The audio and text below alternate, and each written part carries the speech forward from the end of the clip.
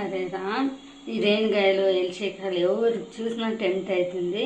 ఇప్పుడు దీంట్లో రొట్టి చేస్తాము, అంతా క్లీన్ చేసుకుంటాం. చాలా బాగుంది కాయను టేస్ట్, చాలానే టెంప్టింగ్ ఐటమ్.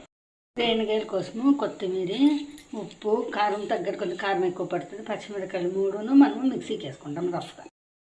చూడండి రేణిగాయలు అంతాను క్లీన్ చేసుకుని లోపల ఏమీ లేదు అని మనం ఇచ్చేసుకొని ఇట్లా కొంచెం కొంచెం అర్జం ఓపెన్ చేసుకొని పెట్టుకోవాలా.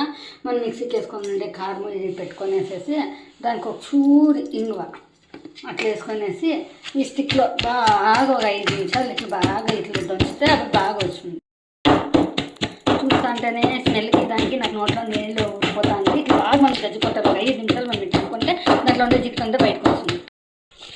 ఈ జిగురు అంతా ఇట్లా వస్తుంది. ఇప్పుడు దీన్ని కవర్ మీద పట్టుకుంటాం. చెయ్యి కొంచెం ఇట్లా తడి చేసుకొని బాగా జిగురు వచ్చిందే దాన్ని ఇట్లా ప్లాస్టిక్ షీట్ మీద ఇట్లా అంతా పట్టుకుంటాం.